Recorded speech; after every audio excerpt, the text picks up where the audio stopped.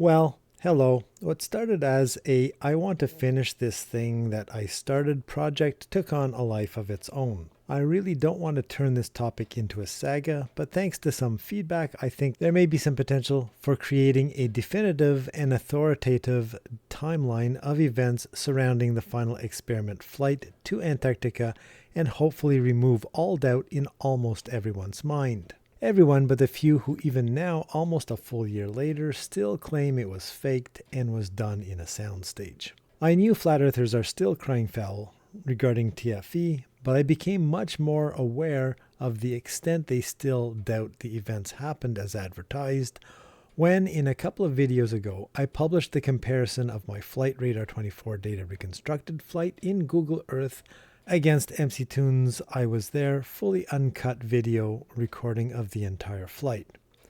I scraped the data from Flight Radar 24 to make my own KML file the day after the flight took place and published it. MC Toon put his video out, first as unlisted back in January, I think it was January, then he published it on his main channel recently. It reminded me to make the follow-up video I originally wanted to do. Unsurprisingly, the transition from land to ocean, back to ice-covered land, and the final approach matched. Despite minor differences in timing or exact route taken over the ocean and approaching Antarctica, the two videos were entirely consistent with each other, reinforcing the position that Flight Radar showed the airplane really did go to Union Glacier and nowhere else, such as a secret base in Alaska that some might have proposed. Like a flame to a moth, it attracted one flat earther who had been questioning the validity of the flight. Having raised some intriguing points, I investigated them and concluded that all but one point was perfectly acceptable and a nothing burger. The only outstanding possible point of contention was the time of the flight depicted in the Flight Radar 24 playback, and I had some theories and plausible explanations, but nothing concrete or definitively satisfactory. The time discrepancy of the flight playback could have been caused by a side bug, from a different day, or any other possible explanations not previously considered. The last video I published was the follow-up addressing those claims. The same flat earther then raised even more objections and this time pointed me to Jaren's January video and making a series of new claims going further into conspiracy territory with each one. I wasn't following Jaren in January, so I wasn't aware of his side of the events. Once the link was provided by Zesta, I was able to get more context and to begin to get a better picture of the events as they were unfolding. The videos from both Jaren and MC Toon gave me an opportunity to sift through their eyewitness accounts and, like a detective, piecing together the events as presented, with the most likely explanations to come up with one or more plausible, even possible scenarios. Unlike our flat earther friend, who wants to fit the events to a desired outcome, I chose to frame plausible scenarios in a way that would fit the available facts. The follow-up comment is very intriguing as it shows the desperation from a trivial point of view. MC Toon showed a Flight Radar 24 flight, and the only possible explanation from a time mismatch is that they conspired to bake a flight that never took place. Instead of setting out to expose deception, I chose a different path. More research. I reached out to MC Toon, told him the depiction of the flight on his channel did not match the time they left, surmised that it may have been for a different flight, and just simply asked him if he remembered any more details. MC Toon replied with, "I did not do a screen recording, whatever I had was sent to me." This alone may not be irrefutable, but lends more weight against the charge that it was a deliberate deception. Given what MC Toon was doing in Union Glacier, MC Toon was far too busy to concern himself with screen recordings of the flight he was just on, and the explanation that it was sent to him, the context that it was most likely a different day is perfectly plausible. Someone sent him a screen recording of a flight. Whatever the reason for the time discrepancy, MC2's only crime was that he labeled it as being for the 14th. More details on the flight discrepancy later. But first, in this new exercise, I uncovered more details that shed light on Zesta's earlier claim that Jaren says that it's 9:34 local time just before MC2's video. Be talking to you soon. I will come back when we board the aircraft. Again, 9:34 a.m. on the 14th of December, Saturday. When I saw what Jaren had recorded, I developed a new plan. I wanted to piece together Jaren's clips and line them up with MC2's video. To make it easier to track when events took place, I also added the clock time on the screen and looked for anomalies. But I'm getting ahead of myself. In the same video clip that Zesta was referring to just after Jaren said 9:34, Will Duffy returns from somewhere and tells them, "Hey guys, 11. Someone responds, 11? It sounded like MC2, and Will Duffy replied, yes. Hey guys, 11. Yes. Hey guys, 11. Yes.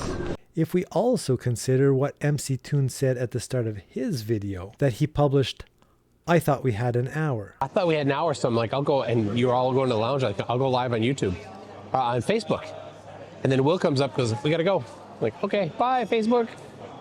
The part of 9:34 local time just before MC2's video would be entirely consistent with MC2's additional statement of going to the lounge and starting a Facebook live stream, only to be told they had to go right away. So, Jaren's statement was correct. MC2 did immediately after being told, "Hey guys, 11, walk away to the lounge to start a Facebook live stream." MC2 did start a separate video only to have to stop it almost immediately. So, the walking to the lounge, setting up the stream, Will Duffy doing a head count, discovering MC2 was missing, going to find him, the two returning back to their bags, and MC2 starting his video recording from his GoPro is very consistent with the approximate 22 or 23 minutes I calculated earlier. If I ignore for now the Flight Radar 24 playback issue and focus on the reconstruction of the flight and the events leading up to the flight, I can present a preview of my next video I will release after this one. I'm probably going to give it a few days for the algorithm to kind of settle down. It combines Jaren's video with MC2's into a single timeline from 9:30 a.m. to 2:38 p.m. There's only one small cut at the very beginning. You'll see exactly where it is. And that is Punta Arenas time, and not one but two entirely redone Google Earth tour screen recordings. One recording simulated MC2's airplane right side window view. The other showed a view of their position from above. I recreated as best as I could the sequence of events as presented in each of the source videos, along with the time it should have taken place. It was a bit of a daunting task, and I did make some guesses of when Jaren recorded some of his clips. I chose MC2's video as the anchor. It was the one that was uncut from the point they left the airport terminal to the point they landed at Union Glacier. It was challenging to synchronize some of the clips from the two videos, and I am sure that some of them are off by a number of seconds. But I do believe they are all reasonably close to actual times taken. I did not notice earlier, but there was a cut at about 46 seconds into MC2's video of unknown duration, and I estimated it should be about 30 seconds as they walk from the waiting area to the boarding gate area. Editing the video timeline was a nightmare, and I realized after I rendered the entire video that I only left about a 10-second gap in that early cut. So this is one minor discrepancy, but I am pointing it out now. I also spent some time using various landmarks in the videos to reconstruct their locations, and with the precise time correlated, made a new KML file to recreate the virtual tour in Google Earth. I can't say I recreated the bus ride to the tarmac accurately as they were accelerating and decelerating around dirt roads, and I only entered a few key waypoints to aid in the recreations, so filling in their locations will appear out of sync in some areas. The same is true for the taxiing from the tarmac to the runway for takeoff. Coming back to the Flight Radar 24 playback, something that was brought up in the comments several times was that the flight was shown having already started in the air, so a technical explanation is warranted to address that point. Generally speaking, from what I understand in my findings, sites like Flight Radar 24 and FlightAware work on ADS-B data provided by the airline industry. For those who don't know, with the advancements of technology, instead of relying entirely on radar towers at airports to monitor moment-by-moment airplane positions to avoid collisions, ADS-B was created to let the airplanes obtain its own location from GPS and to transmit it to airports and to each other. This does not negate the need for radar, but enhances it with more frequent and finer granularity of the airplane's position. ADS-B seems to be one of those things that only mattered when the airplane was already airborne, so that is why every flight I've seen in playback in the last few years of using flight tracking software started their flight already in the air and not from the gate. This must have changed, and I suspect flight tracking sites now get the missing data from other sources instead of strictly relying on ADS-B. For TFE's flight, I only had the data from the point they were already 1,075 feet in the air, but that did not stop me from reconstructing the data up to that point by using MC-Tune's video as a reference. Estimates and simplifications were done there too, so my Google Earth recreation is also rough around the edges in some parts. All but the time. Given that the ADS-B data that both Flight Radar and FlightAware use correlate with each other, and that the precise times provided are part of the ADS-B information during transmission, regardless of propagation time through the network or logging on Flight Radar 24, I could now reliably anchor the video to the first reported location, 1,075 feet at 13:44:09 UTC. Given the reconstructed Google Earth flight with the right wing perspective, I could align MC-Tune's video to within a few seconds and from there back to the beginning when they left the airport terminal. Coming back to the Flight Radar 24 playback issue, I was contacted by Andrew Johnson, who informed me he paid for the Flight Radar 24's 1-year historical data subscription. After a few email exchanges, we were able to grab a copy of all the 1087 and 1088 flights for November and December. As everyone but Zesta suspected, the discrepancy in the flight time was not nefarious in any way, but was indeed for a different flight.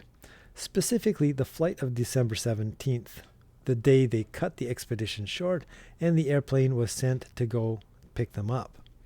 I used the CSV data given to me to put in a new worksheet, and I compared it to the reconstructed telemetry data from my previous video. And the two correlate. So the flight screen recording MC-Tune had on his channel is, in my mind, definitively the flight from Punta Arenas to Union Glacier on December 17th, 2024. Every point initially raised by Zesta should now be fully addressed. Jaren's statement of MC-Tune starting a video right after 9:34. The flight playback showed an inconsistent flight time from everything else. Despite what Zesta thinks, the flight started at 10:43 Punta Arenas time. To be pedantic, 10:43 and 21 seconds local time at the moment the airplane was lined up on the runway and you can hear the engines revving up. Here we go.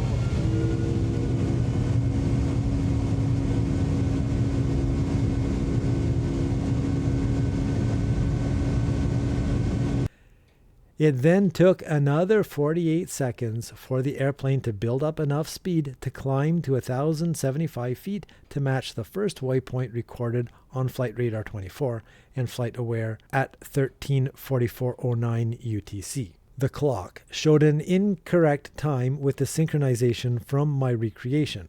a 15-minute discrepancy. But made even less incorrect, as Zesta said, the cut at the end, MC Toon's flight video, is not the only cut. There is a cut at 4:56:30 just before they reach camp. At least that was the opening salvo of objections, but Zesta then went on to make more. He made a few logical blunders I won't address in this video. And he brings up the "they faked it in a soundstage" idea and goes on with perhaps just the cameras went on the flight and that's why there is a cut in MC Toon's footage on landing. He made other statements such as Jonathan Morandi had an estimated budget of $1 million and is an experienced filmmaker, which is moving away from the spirit of these videos I'm making, so I won't address either. If we revisit the objections that perhaps just the cameras went on the flight, well, I'll just let my reconstructed timeline video that I will be releasing shortly in a few days respond to that. I synchronized the videos as they arrived to the airplane and were about to board. You can see MC Toon and Jaren both recorded each other. Check this out. This is it, the 757 we will be GoPro on. crew. Here we are on the tarmac. Antarctic Logistics Expedition. It is a 757-200. About to get on there. This is the cargo plane, I guess. Everybody excited? Yes. Here is Woo! the ALE plane that we're going to fly on the 757 all the way. Ask me when we're about to all land. the way to Antarctica. And I'll tell right you. here. No. Look at that. We got the whole crew Let's here. go. Let's board the We're plane. going.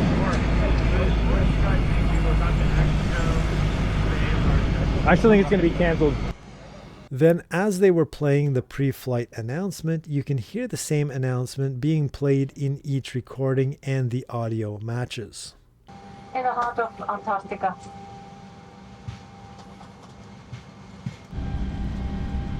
The pilot in command is Captain Sverrisson. My name is Sara Martinez, and I am the cabin crew supervisor on this flight. And my lovely crew member in the cabin are Christian, Ragnar, and Gudrun. The takeoff matches precisely, and you can even see the moment when the sun shines on the wing at the point the airplane went above the clouds.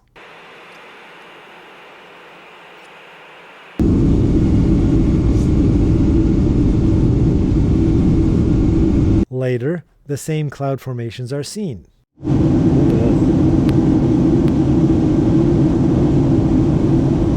And again later.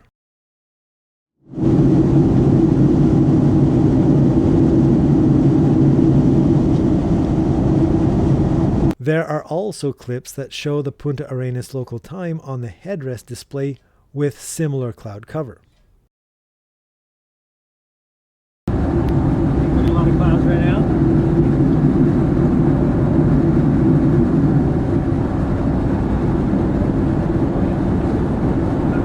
As they got to the ice shelf, Jaren was walking back and forth in the airplane, and at one point you could see the top of MC Toon's head, showing both Jaren and MC Toon were on the airplane.